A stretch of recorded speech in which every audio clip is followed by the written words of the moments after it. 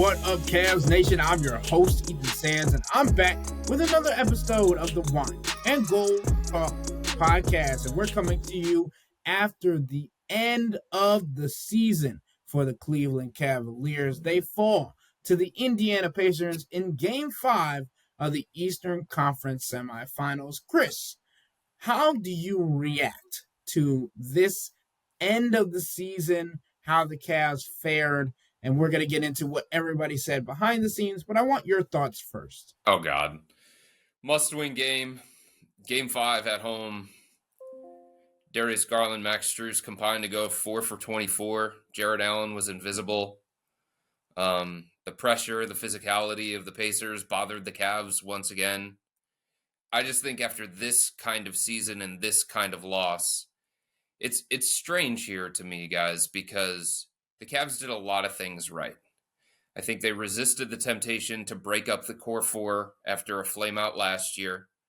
They made the ballsy move to move on from J.B. Bickerstaff, and they found the right coach in Kenny Atkinson. They went for it at the trade deadline. They sacrificed chemistry and camaraderie, brought in DeAndre Hunter, who was like a missing piece, who brought some things both offensively and defensively that this team was missing. They managed the regular season the right way. Donovan Mitchell made sacrifices, took a step back to elevate and empower his teammates. So there were so many things that they did right throughout the course of this year. But for it to end like this, the same place it did last year in the Eastern Conference semifinals, with a 4-1 series loss against a team that was favored in 0 games of this series, a team that was a clear underdog against you going into the series. Like at that point, it's just not about the journey. You're expected to win, and it's very difficult to process this kind of defeat because of all those different things. Because I think there's a lot of soul searching that this franchise has to do now after this. I think the narrative is going to continue about this team. I think there are going to be a lot of harsh things said about this team, and rightfully so. But this season, despite the fact that they won 64 games, despite the fact that they were the number 1 seed in the Eastern Conference, this season was about getting to the conference finals and the NBA finals. You had multiple players using the C word. You had people inside the organization using the C word. They lost in the Eastern Conference semifinals to the Indiana Pacers, the 4 seed, who, like I said, was favored in 0 of the games. This was a failure of a season for the Cavs. Point blank, period. They did not get to the destination that they wanted to get to. And there are a variety of reasons for it. But I think what it showed is that the Cavs thought they were ready to make a step forward. They weren't ready. Indiana was ready for that. I'm thinking about Donovan's press conference tonight and the way he just kept hitting the table and saying, man, you guys are going to write some ish about us. It's almost like he was like trying to 8 Mile us, and Eminem's like he's going to say all the things about himself. This dude, a gangsta, his real name, Clarence. Exactly. I know something about you. You went to Louisville. That's an ACC school. We're going to write those things because at this point, like, at what point does a narrative stop being a narrative? Right. Like I said it after Game 4. You guys are perpetuating this narrative, and that's me putting it nicely. After 3 straight playoff series exits that underwhelm, let's say. Yeah. We got 2 data points. We're 2 years removed from the next series. We're supposed to be done with all the physicality, mental toughness talk. Well, we're not. We're still talking about it. It's like one of the first 100 words that were out of Kenny Atkinson's mouth. Yep. Tonight. We're physical and mental toughness. And he tried to dance around the physicality thing, force, aggression, whatever you want to call it. I would say resilience. A lot of different ways. I sent this out to the subtexters during the game. A lot of different ways you can slice up this series. When the Pacers fell behind big, they kept fighting, and they ended up coming back twice, winning the game. Cavs fell behind big. They let go of the frickin' rope. Mm-hmm. It's not that simple, but you can make it that simple, honestly. And I'll be really interested to see what President of Basketball Operations Kobe Altman has to say about this, because I mean it can be very easy. We have praised him for his patience on this show in our writing, because clearly he was right to think there was more meat on the bone with this team this year. My question now is, how patient are you waiting on these guys to grow up as playoff guys? Yep. That's and exactly the answer right. Can be the answer can be sort of patient. Yeah. Like you want more out of Evan Mobley, but he clearly is more ready now than he was last year and the year before. Right. Darius Garland, that's a tough eval. That's a real tough eval, honestly. I'm the closest to giving him a pass, and I've been really hard on Darius in the past. I'm the closest of all the injured guys. I'm the closest to giving him a pass, because you could see tonight by the end. I think he switched shoes at one point. He did tonight. He did, yeah. So I would assume that's him. I wasn't there for his interview tonight. I haven't listened to it yet. But he didn't talk. I assume. Oh, he didn't talk. Okay, well then we'll talk to him tomorrow. I assume that was discomfort with the carbon fiber insert, and then I'm assuming. I don't know, but I'm assuming. And then he tried to play with it for a little while. He could barely walk at the end. But we still have questions at the very least about his playoff readiness. And like Chris said, Jarrett Allen, poof, 6 rebounds last 2 games. What do you do about that? How patient are you willing to be? And what are your other options if you don't want to be so patient? These are the questions we have to answer now. I think the biggest thing for me, it wasn't the physicality, basically what they were talking about, because obviously Kenny Atkinson made it clear, like physicality, force, like all these things go hand in hand. For me, it's the mental toughness, the mental fortitude that continuously needs to be harped on. And obviously, for somehow he still said, I like our maturity, while also saying that I think we need our mental toughness to improve. I think that is where the Cavs need to start, right? Because Max Strus feeling the need to send a text message into the group chat, like, if you don't believe, don't show up to work, that means that there was some people in the locker room that weren't believing. Not necessarily. Or were giving the indication that they weren't ready for what was to come. So what I think for this mental toughness of this team is that they hear all of the stuff that is being said about them. Clearly, Donovan knows it's going to be written. Donovan understands that we have a job to do as well. But how do they respond has been what the saying has been throughout the entire season. And they still have yet to show me that they can respond positively. And especially after this Indiana Pacers series, there's no indication that they're going to be able to move forward, especially with this group as a whole. I mean, I think the hard thing for the Cavs to process is the fact that Indiana turned out to be the better team.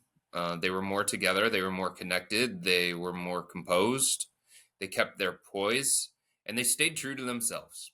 I think that is a big difference in this entire series, is that when pressure ramps up and you're faced with adversity, are you, or do you go outside of who you are? You know, throughout the course of the season, one of the things that we praised Kenny Atkinson for was staying true to himself.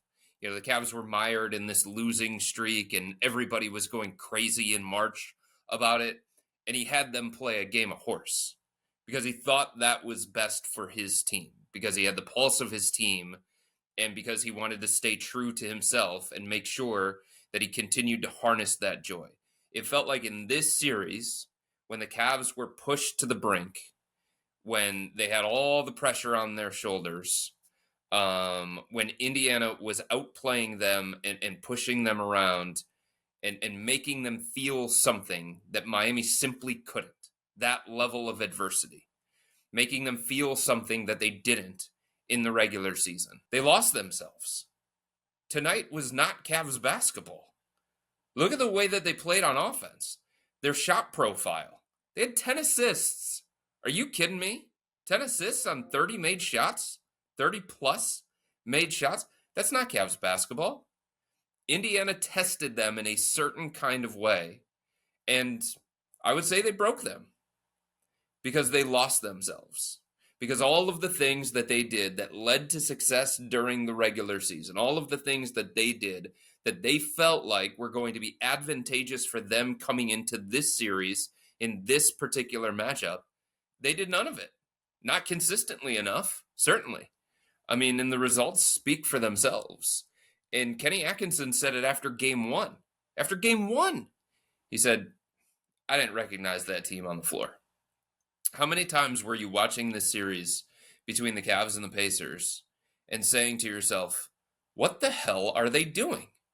What is this offense? What is this spacing? What is this defense? And that's because of the stress that Indiana put on them relentlessly. And they just didn't know how to respond to it. They just didn't know how to handle it. And I think that is the definition of composure. I think that's the definition of poise. And when the Cavs pressed Indiana, when they stressed Indiana, when they made Indiana feel comfortable, they stayed true to themselves. They didn't go outside of themselves. They calmly executed their offense. They didn't get rattled. They weren't phased. And like all of those things speak to a level of maturity, basketball maturity, that the Cavs are still searching for. It did feel like in this series, guys, that it was a bunch of adults, a bunch of grown-ups against a team that is still learning what it needs to learn about playoff basketball. And I think I'm not putting words in Donovan Mitchell's mouth. I'm not going to do that. But I sense frustration with him from a standpoint of, I'm ready. I'm ready. Like, who else is in this organization alongside me? Again, he didn't say that, but that's my sense of his disappointment and his frustration, that he's on a specific timeline and he's ready to compete for championships. And the other most important players within this, it's the same conversation as last year. Like, as you said, Jimmy, Evan Mobley's better. He's a better version of the guy from last year. Darius Garland is better. He's a better version of the guy from last year. But better enough to compete for a championship? I think that's a legitimate question coming out of this series. And I think there's some that are wondering, and possibly Donovan included, like, who else in this organization is on that same timeline with me? Who else in this organization is ready for everything that playoff basketball requires? And are the most important people in this organization ready for that? I think we'll have a couple of fun off-season podcasts as it pertains by the way, I to think those that extends to Kenny too, a conversations. little bit too. Oh, yeah. Kenny, Chris and I were talking about this before we started recording. Kenny in this fourth quarter, I mean, throwing darts in every direction, throwing darts over his shoulder without looking. It felt like in the fourth quarter. Ty Jerome, you scored 8 points. Go back in there. No, not Ty Jerome. Darius Garland. No, Isaac Okoro. Two bigs. We want to try two bigs. We had a nice little stretch of getting offensive rebound. No two bigs. DeAndre Hunter needs to go out there because he had a nice little resurgent game. I mean, like, what's going on out there? And I think that's Kenny searching in part because, like we're saying, the Pacers broke the Cavs' identity, and there's no lineup he can point to and say, well, this is what worked really well for us in the past. You're getting cooked the whole series. You did the two bigs had a night. The one game you did win, you got a lot of offensive rebounds. That's the one thing you could lean on. But of course, there were many other moments where you guys were lagging behind in transition. So this conversation is why I really, really, really hope that Kobe Altman doesn't come out and say we had a bunch of injuries. Because it's just not that simple. Yeah. It's just not that simple. Obviously, Darius wasn't himself. Obviously, Evan Mobley and DeAndre Hunter missing a game, that hurts you. But you were winning that game by 20 points. Yeah. And you were ahead by 7 with less than a minute left. Like, you blew it. You blew it late in game. I mean, it's so eerie how the competitive games in this series, they followed such an eerily similar script. Yeah. Like the game, I think it was game 1, the Pacers get off to a great start, but the other two, it's like, okay, the Cavs get off to a good start, the Pacers just chip. It's like, it's a little bit like Knicks Boston, where it's like, if we can get you late in the game, close fourth quarter, we know we got you. We know we got you because we're more composed in those moments. What would be? I wonder how, if you floated this to a Cavs higher up, how would they respond to this? The Cavs are not close to winning a championship right now. That's not what I thought 10 days ago. Sure. But it is clear to me now. I mean, just think of it just logistically. You lost in 5 games in the second round. That's not close to winning a championship. Right. And then the context of how you lost those games. Did you guys catch any of Denver OKC tonight? Those guys are playing some ball, man. How many Cavs are surviving out there? Yeah. How many Cavs are going to be able to withstand the swings of those series against that OKC crowd? No disrespect to the Pacers crowd. They get after it. It's a little different. I think the Cavs, OKC, some of these crowds are a little bit different. Whew. Cavs couldn't even. The Cavs are blowing away in the wind against the Orlando and Indiana crowds. Yeah. You haven't seen anything. You haven't seen anything. But yeah, I don't know how to process. They're so far out of their norms. Even like with Donovan, it's hard for me to evaluate him even because it's like, well, he's just going full hero ball mode. Right. So is that Donovan getting outside of himself, or is that Donovan reading the room? Fair question. Maybe the answer is yes. I don't know. I don't know, but I could not have given the way things started the regular season. This is like borderline worst case scenario. Just breaking this game down a little bit. The Cavs had a 19-point lead in this game. Obviously, Jimmy referenced the 20-point lead they had in Game 2. They had a 19-point lead in Game 5. And at one point in the contest, they had a 38-14 edge in paint points. That lead ended up just being 6 points by the end of the contest, 50-44 in favor of the Cavs. My thing, and I'm not trying to point fingers, but I think there's going to be bigger conversations. We're talking about the viability again, just like last year, of Darius Garland and Jarrett Allen, how they fit with this team and those different assets, and how they play alongside the readiness of the players on this roster. Jarrett Allen having a great first quarter, 3 of 3 from the field, and having 3 rebounds. He had more points, field goal attempts, field goals made, rebounds combined than he had in one quarter of Game 5 than he had in the entirety of Game 4. So we're on the edge of our seat. This is the Jarrett Allen that we needed. This is the Jarrett Allen that the Cavs wanted to have in Game 3. That's how they helped him get into the lead with the paint points and how they were taking over the physicality on the interior. Then for the remainder of the game, Jarrett Allen has 1 rebound, right? Unacceptable. And I think in the second quarter, there was a moment where Miles Turner rejected Jarrett Allen. And after that, it just felt like Jarrett was beside himself. Not only on the offensive end, but on the defensive end as well. Getting caught in rotations, getting caught looking at the ball, getting caught not moving or guarding on the perimeter. And I wrote about this for my buzzer story after tonight's game. I just think Jarrett Allen is a guy that he fought so hard to be able to show that he could play 82 games in the regular season. He was available in the playoffs this year. But then you just evaporate into thin air when the team needs you most. That's the opposite of what you had been doing all season. And I think it's hard to have this conversation because of how the relationship that Kenny Atkinson and Jarrett Allen have. But we saw it with that toggling in the fourth quarter. Like Kenny was like, I want you to be out there. We're up 6 points. I need you to be out there for us to be able to just hold on to this. But you're not giving me anything.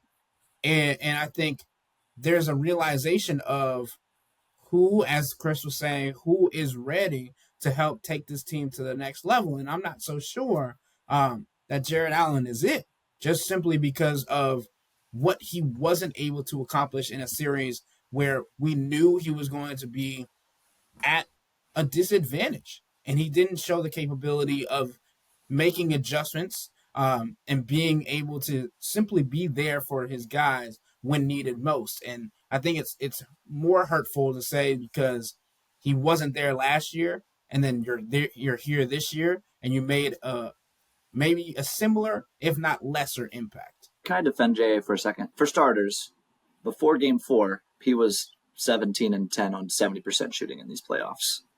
Rock solid. Miami Heat, we've already established, not a real playoff team. We respected them too much.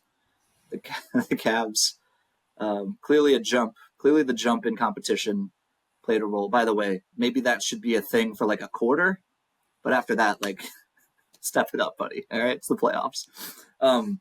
But I will say this about Jarrett Allen. Everything that Jarrett Allen does, Jarrett Allen's activity is a function of how involved he feels in other areas of the game.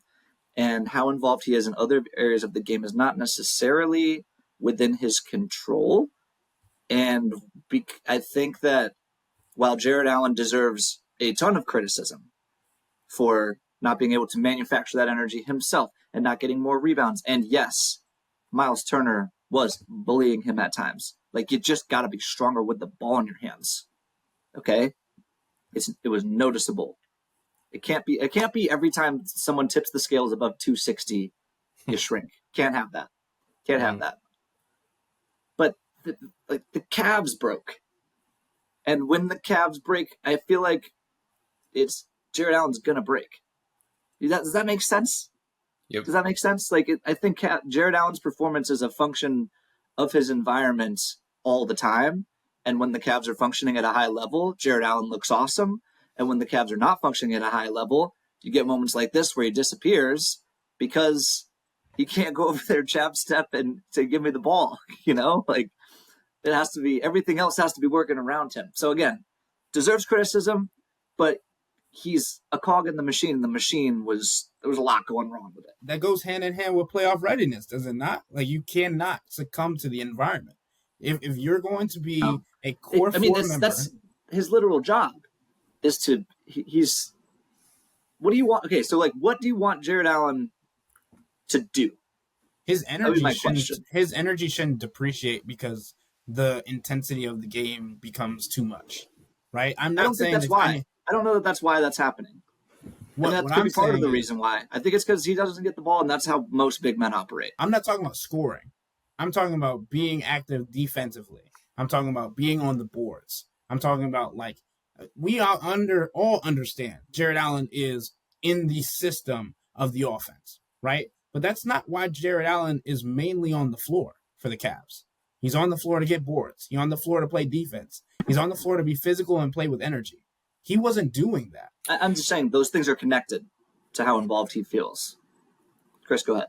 Yeah, I think the other thing is that Jarrett was brought out to the perimeter in this series, and I think we knew that that was going to happen.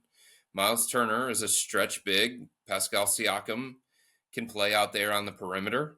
The Cavs did some different things on the defensive end of the floor with their zone, and sometimes Evan Mobley was up high. Sometimes Jarrett Allen was down low. Sometimes Jarrett Allen was out on the perimeter.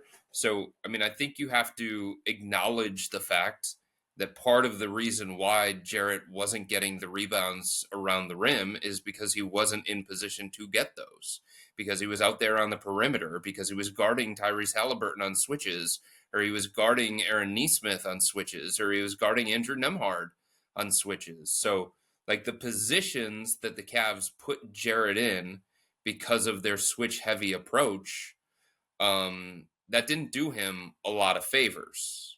That it was very similar to me if you go back to 2 years ago in the Knicks series. Like, everybody harped on Jarrett not getting rebounds, but he was the guy that was blitzing Jalen Brunson, and then he had to recover, and he was behind every single player that was in the paint because he was running from the perimeter. In this series, it was kind of similar.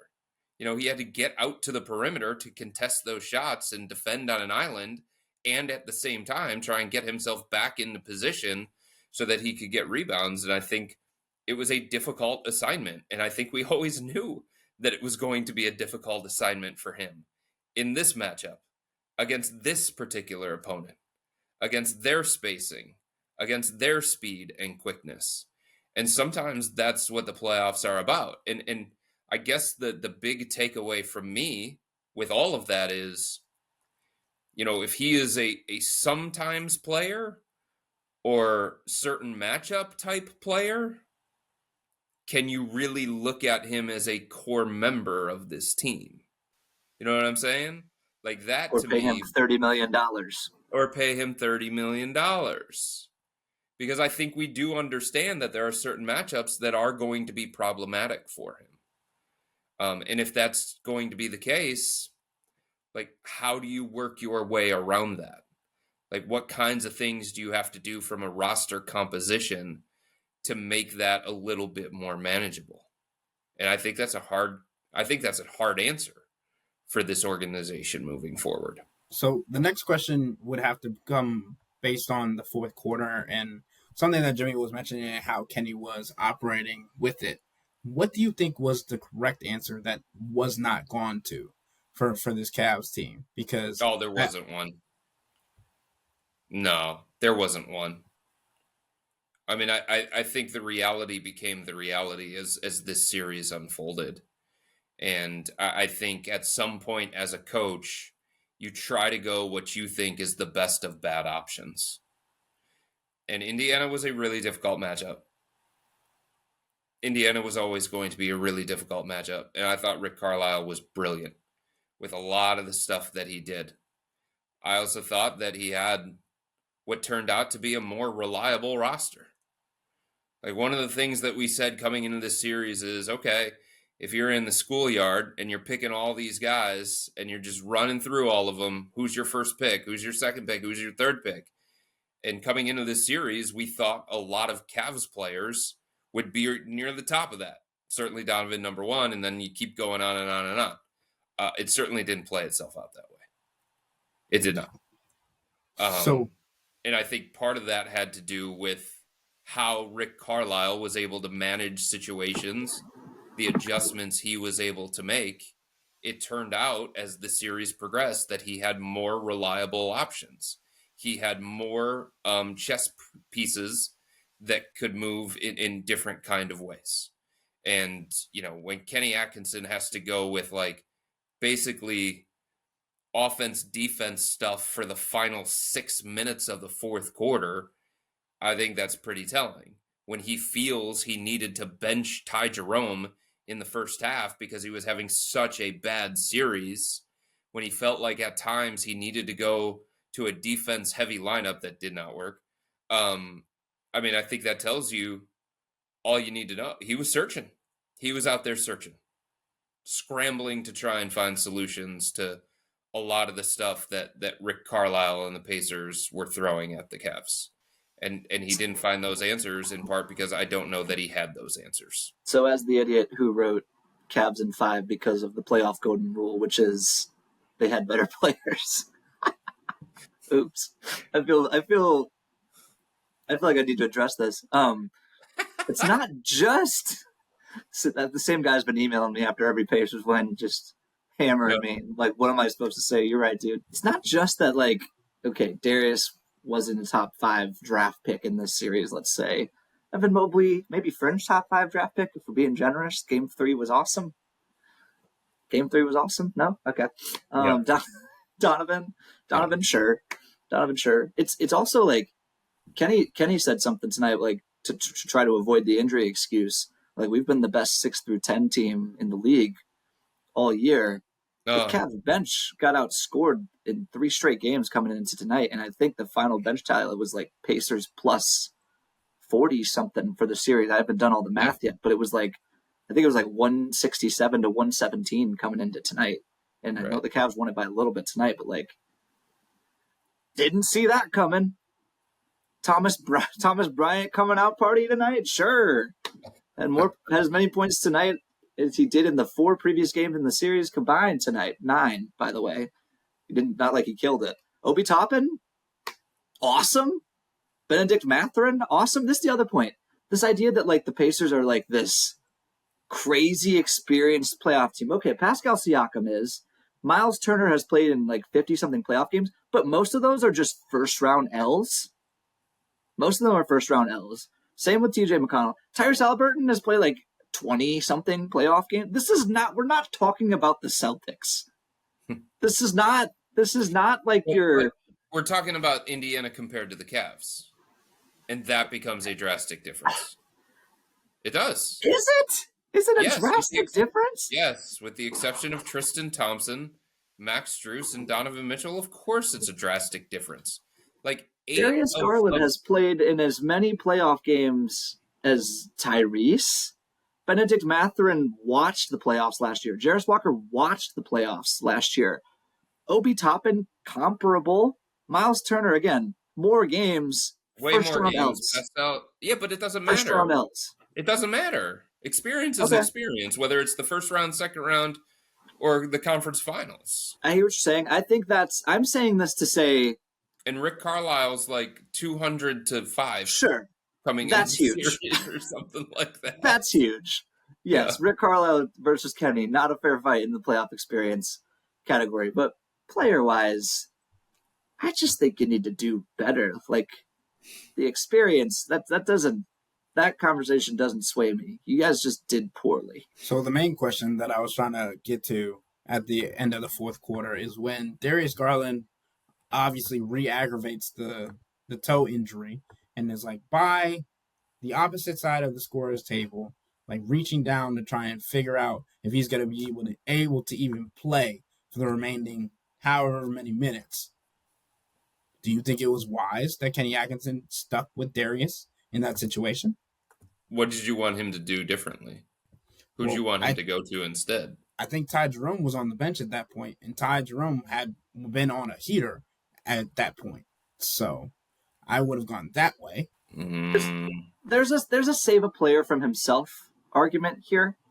And eventually, Darius was so limpy that, it just had to be done. But Ty Jerome, who coming into tonight had scored 11 total points in his last 3 games on 12% shooting. I get it. He did have a nice little stretch there at the third, fourth. Like I told, again, another pre-pod combo. I think if Ty Jerome doesn't do that, there's a chance the Cavs lose this game by like 15, 20 points because the arena was so dead and they were so in search of. So Ty Jerome does have like a unique relationship with this crowd. Nothing gets this crowd. I mean, like, besides like a Donovan poster, I feel like Ty Jerome pull-up threes is just like, it's like freaking Monster energy drinks to these people. And I love it. I love that they have that relationship.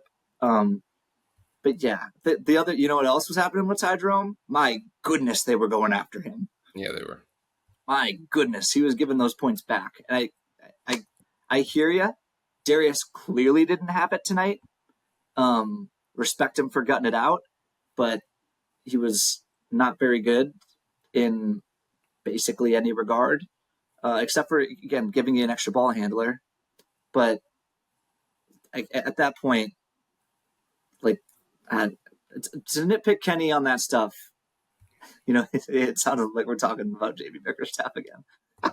Yeah, I mean, I thought that was such an insignificant spot of the game, to be perfectly honest with you. Like, I thought the game ended the minute that Miles Turner went to the free throw line and put Indiana up by 9 coming out of that timeout. Now, obviously, it didn't end there. Donovan had some miraculous shots. DeAndre Hunter got fouled on a 3-pointer.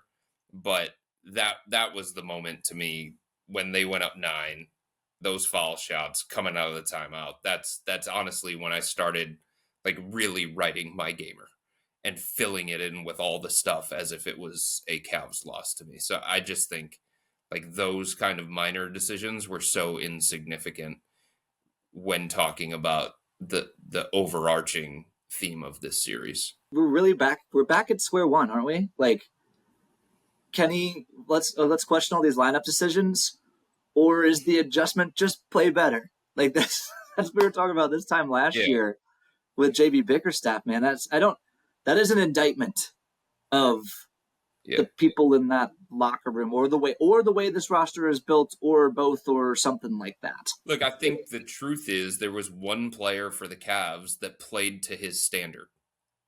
One in this entire series. And it was Donovan Mitchell. Right?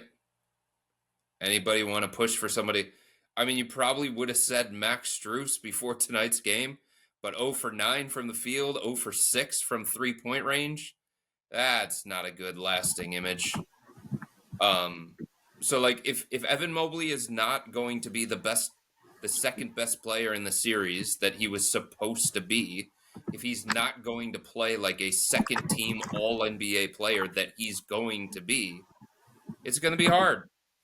If Darius Garland is not going to play like the all-star that he is, like I'm going to focus on those guys first, right? Because more is expected of those guys. More should be expected of those guys because they're more important to the success of this team. But you can keep going down the list.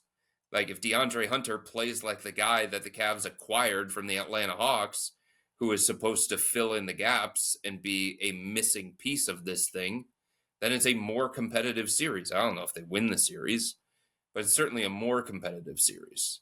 So me, like just when it comes to evaluating this whole series and a 4-1 series loss, like I'm looking at Darius. I'm looking at Evan. Now, part of it is I'm also looking at Kenny because the involvement of Evan, he didn't play a single game. I don't think in the playoffs, honestly, where he got more than 13 field goal attempts. Like that wasn't Cavsy from the regular season. So, like I think if you're slicing up the blame pie, there's a lot to go around, with the exception of Donovan Mitchell. Like he's the only one who played to his level. And even that like is a little bit funky because his shooting numbers weren't there. His 3-point numbers weren't there, but like he found other ways to be successful and kind of carry this offense. So, Indiana's good. And if your best players are not going to play to that level, then it's going to be really, really hard for you to compete no matter like what coaching moves you try to make. You know what about Donovan though? Like, if Donovan Mitchell gives you 3 straight 30-point games, 2 of those are 40-point games. Yeah. You just got to win those. They went 1 and 2 in those, and 2 of them were at home. Mm-hmm. Sounds like crazy talk. I know. That's like implausible. I will defend Evan a little bit further. Look at me, stand up for the tall guys today. This never happens. Jarrett Allen's getting no rebounds. I don't even mention it. I do mention it, but I'm not hammering him for it. Evan Mobley not being assertive. It's not all like it's clearly a shared thing where Evan Mobley at some point just needs to say, "Give me the ball." The guards need to give him the ball, and Kenny needs to tell him to give him the ball.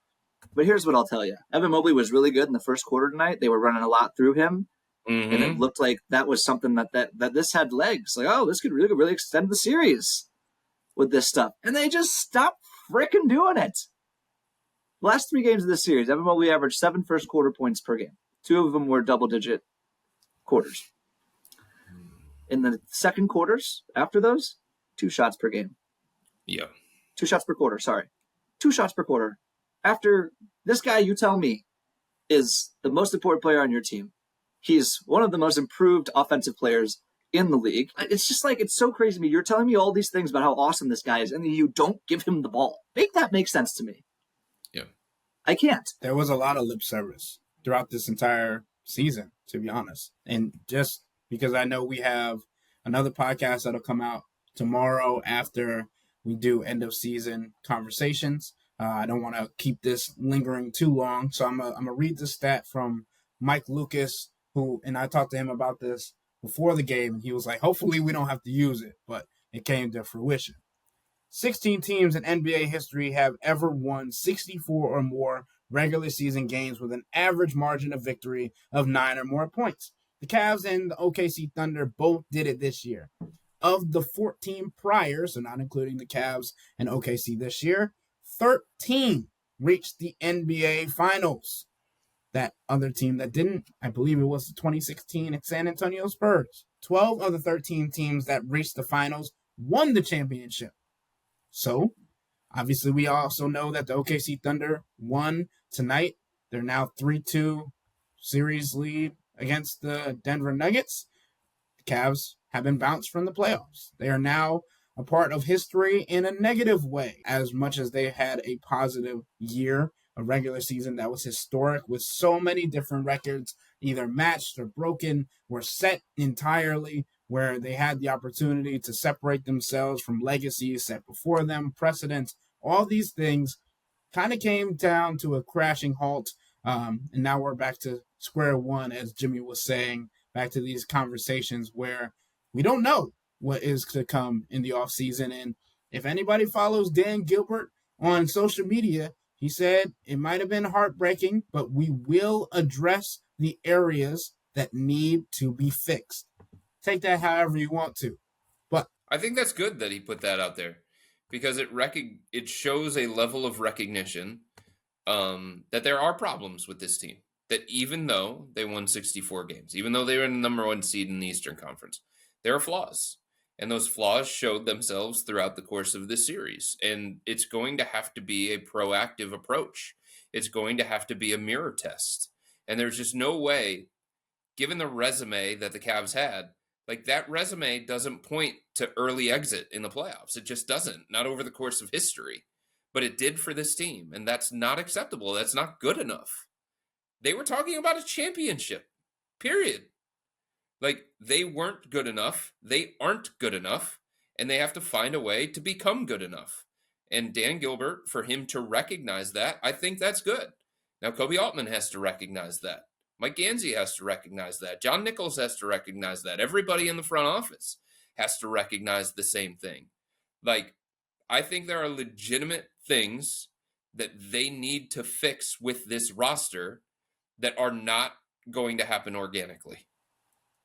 It's going to have to be an external improvement this time. I'm going to say this last thing and then let Jimmy get us out of here with his last take. But y'all remember how somber the ambiance was, the environment was when Kenny Atkinson had to let go of George Niang and Karis LeVert in the middle of the season?